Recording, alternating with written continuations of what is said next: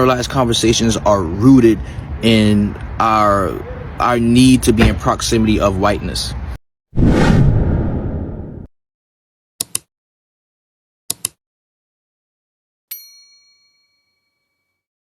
Hi lovelies, and welcome back to another TikTok video. If you're new here, my name is Belinda Stranad and here is Belly's Stitches. Don't forget to please subscribe to this channel, turn on notifications so that anytime I upload a video, you will be the first person to be notified. And to my returning subscribers, thank you so much for all the love and support.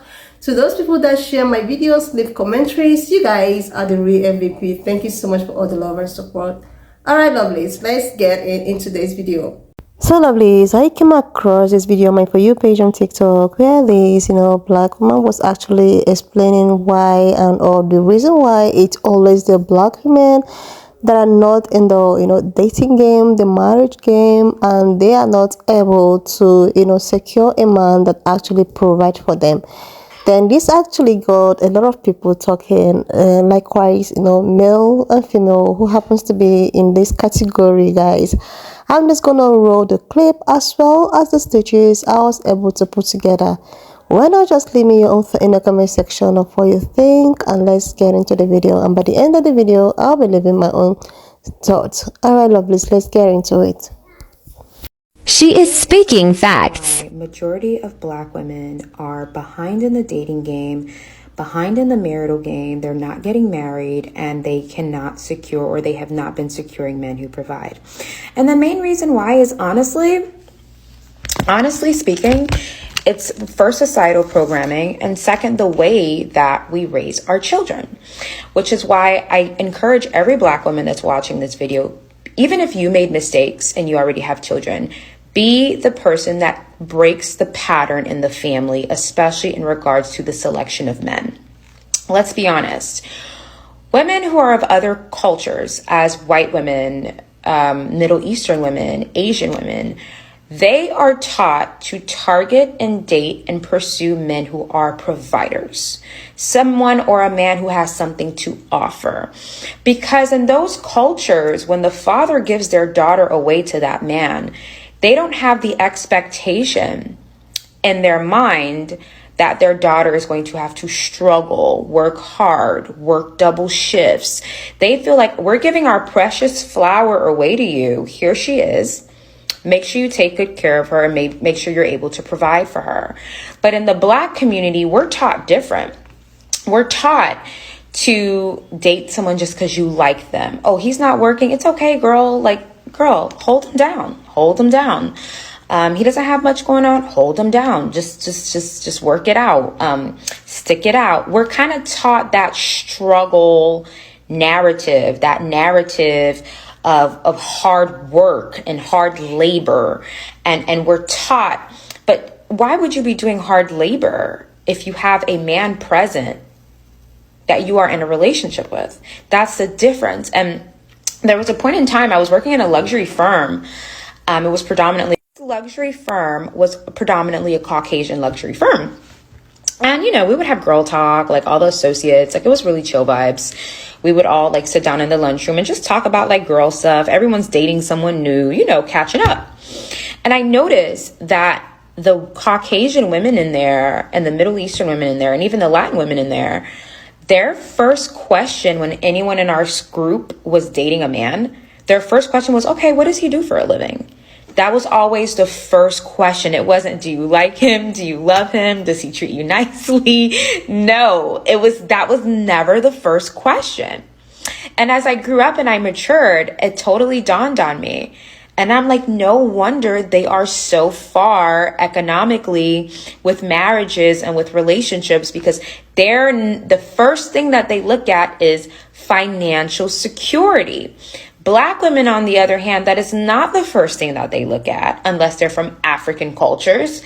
African women are totally different when it comes to American women as far as how they date. That man has to be, if they're going to check bank statements before the marriage is even legalized, they're going to check bank statements. That's how it is in Africa. So props to African women. They have that on lock as far as black women. But it dawned on me and I'm like, this is the problem. This is it right here. Why are African American women not vetting men properly? Why aren't they choosing men who are educated? Why are they not looking for men who have something to offer? Why are they looking for men that they have to work with or slave with? Majority of the African American women that I know that are highly educated, hyper educated, they take care of their husbands. Their husbands are house husbands. And I've seen that trend. And when I was a kid, I knew it wasn't right. When I was younger, I knew it didn't make sense. But now that I'm older, I'm like, First off, I do want to say I am in total agreement of everything she said in her video. If you haven't already, please go back and watch. I'm just pretty much giving my 2 cents and addressing one of the questions that she had in the video. That question being, why don't us as Black women properly vet the men we date? Well, I would like to say, I think we do vet. I just think that when we vet, we're then labeled and categorized as gold diggers or being stuck up or high maintenance or, you know, city girls or whatever. Like, we do. I do think that we do vet, but like I said, I do think we get categorized for it all the time. The other thing I would say that kind of makes it hard for especially millennial women now and the generations after, what makes it a little harder to properly vet someone you're dating is because we're in a generation and we're in a time where things are changing. You know, no one's staying at their job 20, 30 years anymore. Like, people are barely getting 5 years in at one company. So you can't necessarily always say that, properly vetting or asking someone what they do for a living, because we're in a space now where nobody knows what they're doing for a living. Every day somebody is picking up something new to do for a living. So you can't necessarily just say that the proper way to vet is to, know exactly what somebody is doing for a living or how they get their money or whatever the case is. You honestly just need to know and see certain qualities of a provider. You need to know that the person that you're going to be in tune with is the person that's going to do whatever it takes to make sure your household is taken care of. That's how you properly vet somebody. You don't sit and ask the basic questions, because you're going to always get basic answers. You're always going to get the laid out, played out, whatever it is. They've probably said this multiple times in multiple dates. Like, you have to actually physically see somebody in action, dating them and understanding, hey, is this somebody that can hold down my household when it comes down to being one? And that's all I got. Bye, y'all. Honestly, I think this can be traced back to the oppression of Black people in America. As I was listening to this girl speak about how other cultures of women are taught to look for a man who provides, and how Black women are taught to hold your man down and stand by him, I was thinking about how historically Black men weren't able to get good jobs where they could allow their wives to sit home and be women. It was not easy for a Black man to go out and get the same kind of job as a white man that would pay well, or if he did get the job, he wouldn't be paid the same as a white man. And so historically, Black women have had to go pick up extra jobs, cooking, cleaning, taking care of people's babies, to help the man be able to provide for the family. Not because he didn't want to, because he was oppressed. So I think that's why it's taught generation to generation, help out your man. He's a good man, Savannah. Help him out. Simply because that's what was necessary. Now, obviously, times are different and they're not as bad as they once were. But I think that's why it's not as much of a cultural thing for Black people to be taught that. Simply because there wasn't always the opportunity for that. Now, I am by no means using that as an excuse to not have a provider mindset. I'm I'm just saying it could be part of the reason why black women are brought up the way that we are. I'm gonna tag her in this post, but I want to give my own little commentary on that, right? Something that people don't want to accept is that these conversations, these generalized conversations, are rooted in our need to be in proximity of whiteness. And I don't mean just whiteness, just, white people, but I mean, what we think their thoughts, ways, and actions are. In my opinion, it'd be crazy disingenuous to expect on a general scale people like black folks, like what happened to us here in this country. It's completely disingenuous for you to believe that we can operate at the same thought capacity, the same financial capacity, the same emotional capacity as our white counterparts. Let's be real, those people have had a 400 or 500 year head start at having a lot of those institutions that began with a marriage. See, I believe marriage is the number one, one man and one woman deciding, or two people, however you want to look at it, deciding to get together and build a life in the future for whatever else comes from them. I think that is like the beginning of freedom for all of us. I always talk about marriage on my page. Marriage is like one of my favorite things to even talk about, and I'm actually married, so I do have a leg to stand on as I'm speaking. All of this brings me to my main point, and that's this whole asphyxiation with struggle love. Oh my God, struggle love. But honestly, if you are black, if you're black and you're a descendant of the Africans that were enslaved in this country, you are a product of struggle love. That is it. You are struggle love nonetheless, but you are struggle love.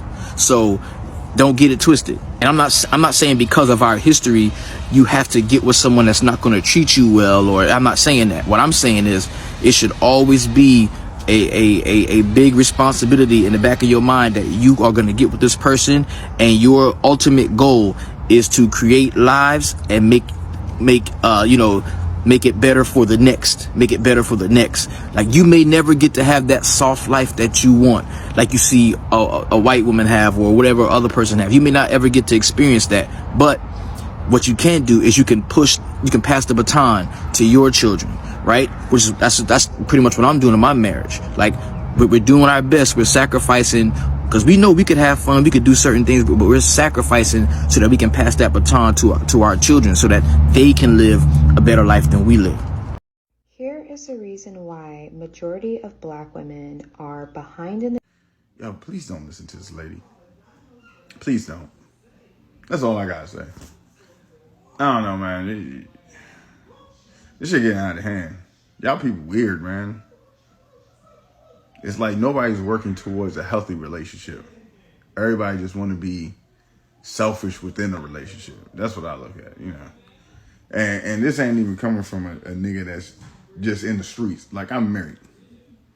You know what I'm saying? I'm married to my wife. And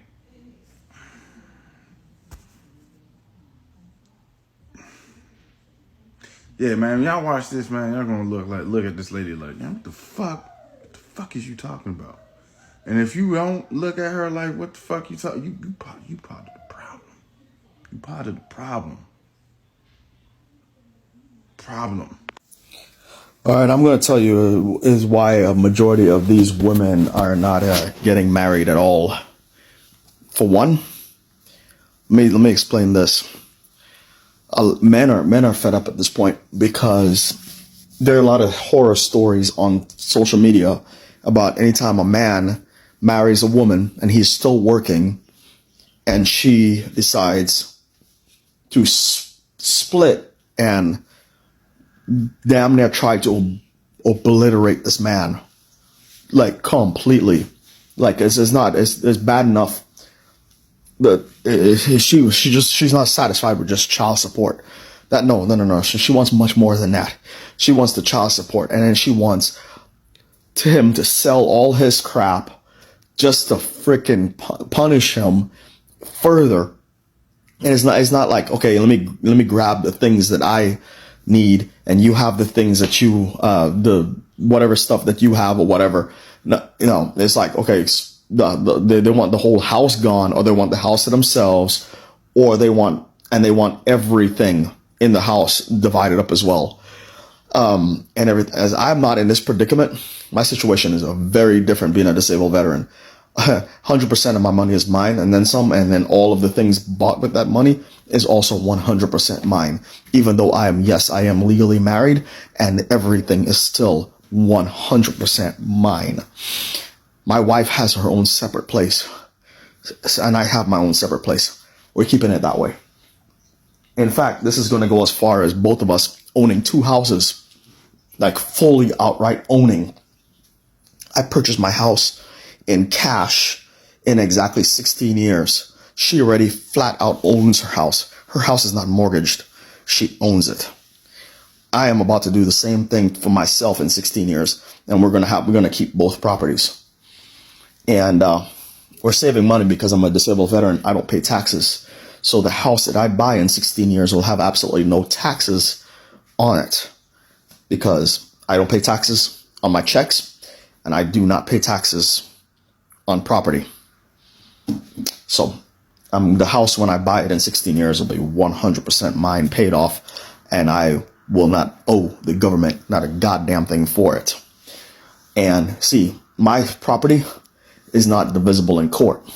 I didn't have kids, so there's no child support. I beat the system all the way, and then some.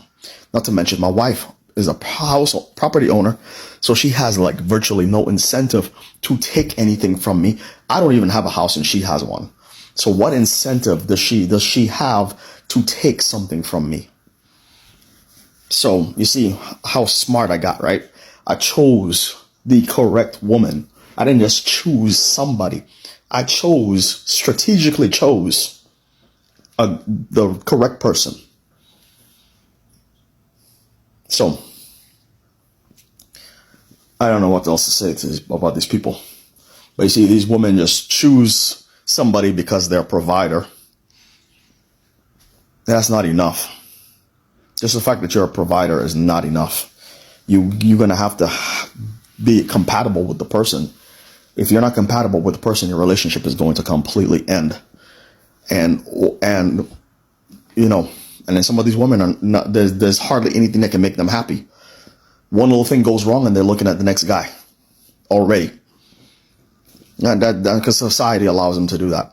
The society allows them to take all this stuff, bail, get child support, get alimony on top of the child support, and get God knows what else. So men are tired at this point. These men are not in my situation. They have a lot to lose, and you women have to understand this. And until y'all stop just trying to harm them in court, a lot of you women will remain single for a long time until you become trustworthy. And even then, that's a stretch, because there are women that stay with their man 16, 20 years and then destroy them after the fact.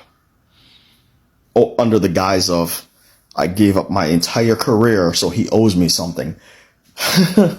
You chose that situation. You chose not to work. You chose to sit down and watch soap operas and eat bonbons. And now he owes you something when you should have been working on yourself the whole time, even though you had kids. That's very possible, by the way. You think you could have been working on a little side something, or working on some skills that you could have been developing there while you had that kind of freedom. And now 20 years later, it's I gave up my life, and now I want to crucify him for the rest of his life. Lady, are you for real? My wife is a housewife, by the way. Housewife. And she earned that shit. And I am going to set her up to where she doesn't have to worry about nothing. But you see, a lot of these women don't deserve that. I'm out of here. But also, make sure that you're dating for their character as well. Like, a lot of times men make a lot of money and they're still assholes. So you're going to be marrying this man, being with this man and everything, and he cheats on you. And he got mistresses. That's what be happening in these other cultures too, especially African cultures. Them men be having mistresses, baby. So really, like, if you're gonna go for the, the materialistic aspect of a relationship, just keep that in mind, okay? A lot of the time, those men be cheating. But I know it's the argument of, I'd rather cry in a Benz than a fucking Toyota, but it's still like, you gotta really pay attention to that shit, because that's what you're in for if you're going for that type of shit. But if you're going purely for character and then money is a plus, you get a better chance of having a man that'll take care of you and treat you right. Oh my God, double whammy, double whammy. So I feel like a lot of us women, that's also why we're behind. So it's two extremes on this spectrum, I'll say. So it's like the women that go after the man for money because, you know, oh, I'm gonna get cheated on anyway. And then it's the women that just settle for the poor man because they think, oh, like, whatever, you know, I'll take care of him as long as he loves me. It's like, no, there needs to be a middle ground. Let's go like right here. Okay, let's get the man that is generous and is ambitious, but is also treating you well. And that's how we gonna win. Hey y'all, definitely go back and check out her video. But yeah, she definitely drops some gems and kind of, you know, adds a little perspective to this matter. I'm 22 years old, growing into my womanhood, and one thing that I have been doing is looking around at the relationships around me, looking at the women, you know, around me. And I can say that I agree that sometimes, you know, the choice in men can be a little shaky, a little poor, you know what I'm saying? She then goes on into speaking on how women in other cultures often look to see what the potential men can offer them, you know, which I even find myself like when my friends come to me saying, oh, Tanaya, I like this person, or I'm talking to him, the very first thing I ask them is he in school? If it's a no, I then go on to say, where does he work? Those two things are very important. For context, you know, I am a master's student. You know, I'm 22 years old and I go to the Florida State University. Pretty much all of my friends are in school, getting their degrees, or they're out of school and working, and whatever the case may be. So knowing that a young man is either in school or he's working means that he has something going for himself, which is important because that means he has the potential to be a provider. What's even more important is that if he already has something going for himself, it's less likely that he's going to try and come and mooch and leech off of you. She then goes on to say that a lot of black women, you know, we are taught to date someone because we like them. And yes, I do see this a lot. And I'm a firm believer. You can be attracted to somebody, you can like somebody, you can even love somebody, but that does not mean that y'all are supposed to be together, because things just have to make sense on paper. If this man has no job, no car, living with his mama or with his sister or with his auntie or whomever who keeps coddling him and, you know, treating him like he a little boy instead of making him be a grown man, what can you do with that man? Absolutely nothing. And all of that holding down, ride or die, ride to the wheel fall off, ride like 4 flat tires, that kind of mindset, that kind of stuff right there makes a person a project and not a partner, which is a problem. But I digress. That's just my little 2 cents on the matter. I stitched her video because she was definitely providing an interesting perspective and provoking thought for me. So definitely let me know down in the comments below what y'all think about the matter.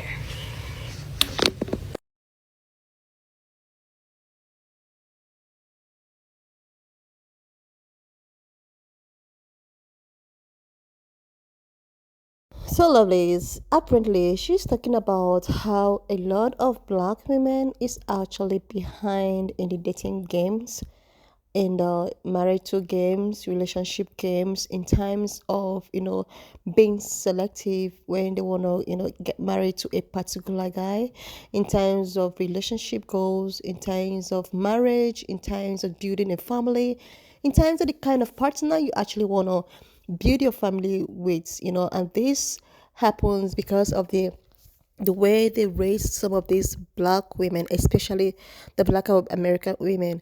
Like, she even went ahead to talk about how other, you know, race or culture, you know, often teach their girl child or their female child on how to actually go for a man, or those men that are actually the providers, and not go for the men that you end up with, also surviving, struggling with the guy, and the guy is actually not capable of taking care of you, or something thereabout.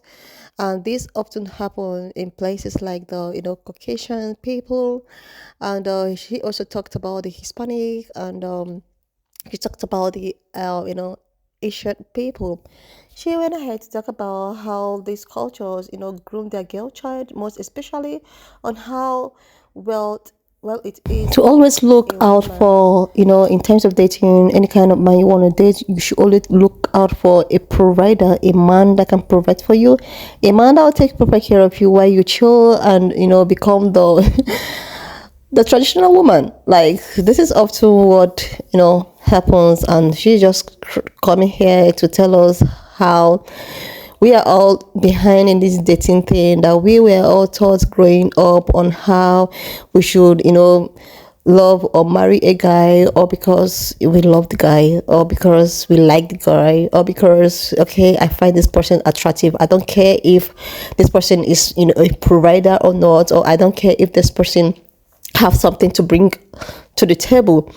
But the thing is that with this thing that she's saying, I want to, in as much I want to agree with her, and I also do not want to agree with her again. Okay, I want to agree with her in the sense that every woman on the planet Earth want to go out or date or want to get married to a man who is capable of taking care of herself, taking care of the family, and also taking care of the whole, anything that has to do with family relationship and all of that. Every woman, that is every woman's dream. Like, every man want to be, want to just stay home, just be there when a man provides for you. They use whatever he provides for you to take care of the home, take care of the kids. You run the errands of the kids thing, and every and this is a mentality that actually is still in existence even till today. A lot of women, it's all depend on your upbringing.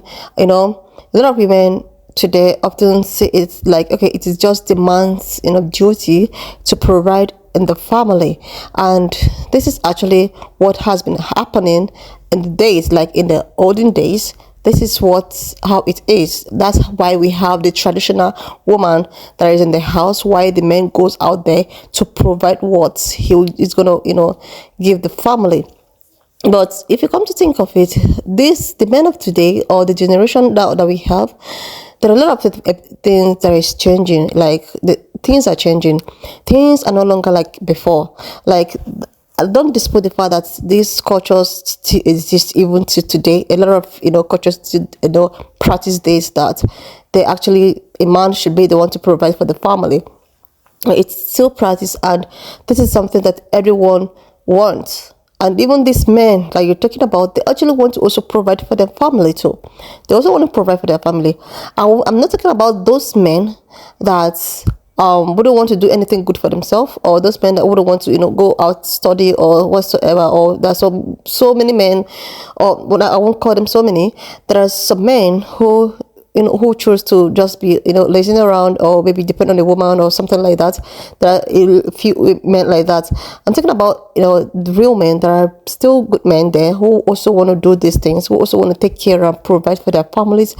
But when the capability is not there, and when the economy is not even helping you to achieve those goals, to give your family, your wife or your girlfriend, or the one you love, this life and luxury, or be the provider, the sole provider of the family, there is something you can do about it. The economy is changing, the life is changing, the life is no more the way we used to live it, back in the days.